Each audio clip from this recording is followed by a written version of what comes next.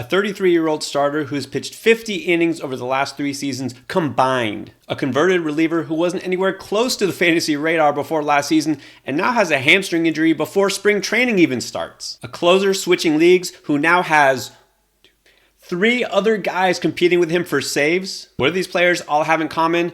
They're guys that you want to avoid on draft day. When it comes to fantasy baseball, it doesn't matter how much you like the player, it's a numbers game. And so here's a starting pitcher that I really like, was happy to see him succeed. And look, maybe he will do it again, but I'm not betting on it. Just became a starter in earnest 2 seasons ago and really didn't become fantasy relevant in any way until 2022.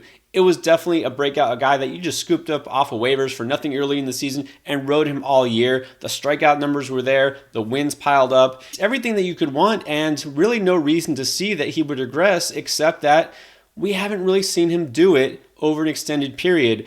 But also, besides the limited track record, I'm looking at the fact that there was some overachievement in terms of expected statistics. The whiff rate here was actually below league average, and so I think the strikeout numbers are going to go down. They were solid, not really spectacular. Swinging strike rate, whiff rate, those are indicators that might show that he was a little bit better in terms of how he performed versus how he should perform. There's also that hamstring issue I mentioned. Spring training hasn't even gotten underway, been scratched from the World Baseball Classic, and look, maybe it's minor, maybe it'll go away, but that's something you can't just completely overlook. And I mentioned he used to be a reliever, and so we don't know if anything even close, forget 200 innings, I'm talking 180, 160-ish, what you would really want from a guy who is at least considered a SP2 in fantasy.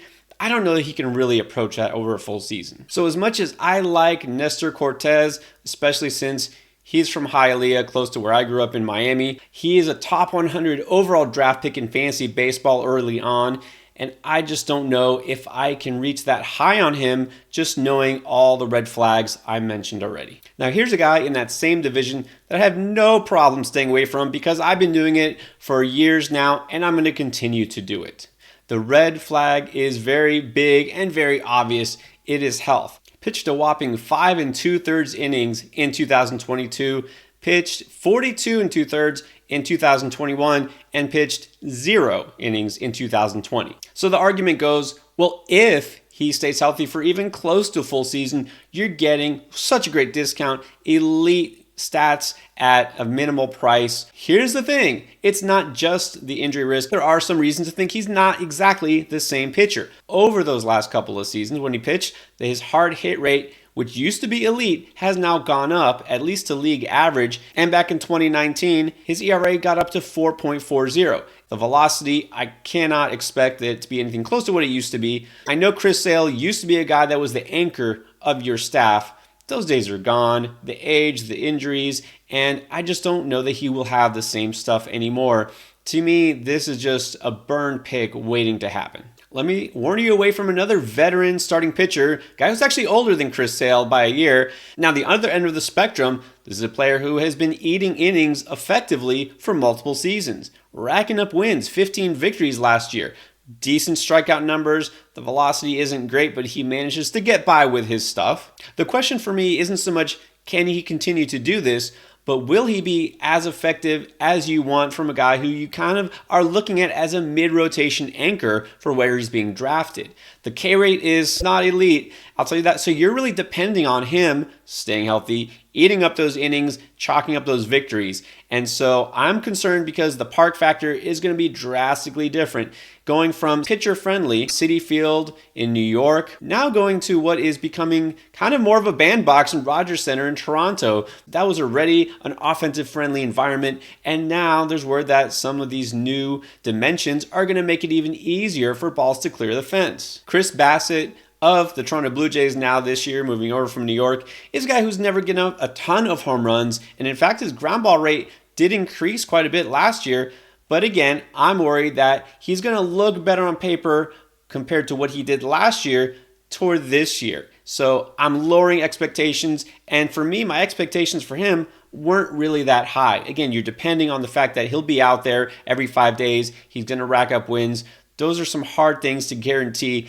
And if the ratios jump up in that new, more hitter-friendly environment and facing AL East teams instead of NL East teams, I think that you could be left wanting. I would rather chase upside. There's a lot of high upside pitchers available later than him that I would rather have instead. Give me a high upside young pitcher like Nick Lodolo, Jesus Luzardo, Joe Ryan. Those are some arms I would definitely take over Bassett. And then guys even going later than Bassett right now, and as far as consensus ADP goes, a guy like Lucas Giolito, who could easily get back to elite status, or Freddie Peralta, who just needs to stay healthy. All right, I promised you an overrated closer. Well, here it is. And look, this is a player who's very underrated the last couple of years, although he has kind of gotten by with some good luck, living dangerously. Actually became an all-star last year, mostly because there was no one else on his team that is even worth considering as an all-star.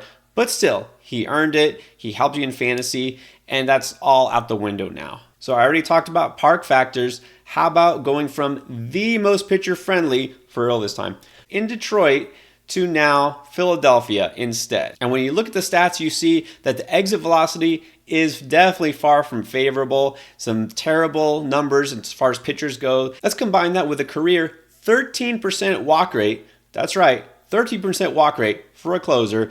And Gregory Soto is definitely somebody to avoid altogether. They already had Sir Anthony Dominguez, Jose Alvarado, who's got some filthy stuff and has experience saving games, and they added Craig Kimbrell. When you have four guys who could all potentially close, it's like they say, when you have two quarterbacks, you really have none.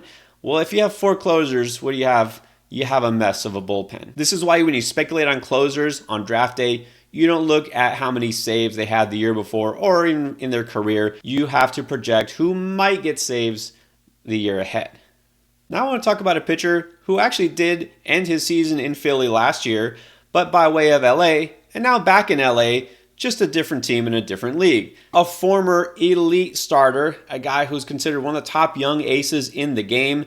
Tommy John came knocking and put an end to that real quick. What do we have now? A guy who's seen a big drop in velocity, going from averaging 98 miles per hour on his four-seamer and now down to 94. That sinker also saw a significant drop. And so what you're relying on is some good batted ball luck. And remember, shift is gone. Pitchers won't be able to get away with that quite as much as they used to, inducing ground balls. It's still a better way to pitch, but it's not necessarily going to be as favorable for some of these sinker-heavy pitchers. Thing is, the K rate here was already kind of low, and he overachieved. So we could see, talking about a strikeout rate in the high teens, that is not going to cut it. You already know he's not going to go deep into games given his history of elbow problems.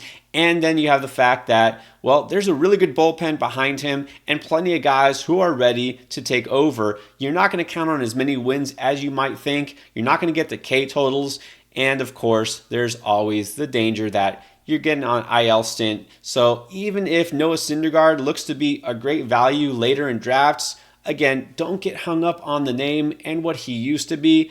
I love Thor as much as you do, but not in fantasy. And I have to mention a pitcher that, this will be pretty easy to avoid because there's a chance that he's not even in the majors this year, although it remains to be seen. If a suspension is coming, maybe the team cuts ties with him. Maybe there's an indefinite suspension. But I want to talk about the fact that even if he is on the field, you should still be worried. This is another guy who has had Tommy John surgery and has not been the same since. It's not an advanced age here, but when you see the X stats, look at StatCast is telling you there's some reason to be concerned. Blue is not good, guys. So all of these are saying we should be doing a lot worse than what we actually did, but also this is a below average pitcher in terms of effectiveness. I don't know exactly what's going to happen to Mike Clevinger after he has signed with the White Sox and now is being threatened with the possibility of being released or suspended because of this domestic abuse allegation. Whatever happens, I don't want any part of it for multiple reasons, but just purely looking at a number standpoint, this is a guy who's not getting you elite ERA, not getting you elite strikeouts, not getting you enough in fantasy baseball to take on the massive risk. The potential reward should always outweigh the risk, and in case of these pitchers, it's not there. It's not happening for these hitters either. These are some guys I'm definitely avoiding because they could be draft day busts in 2023.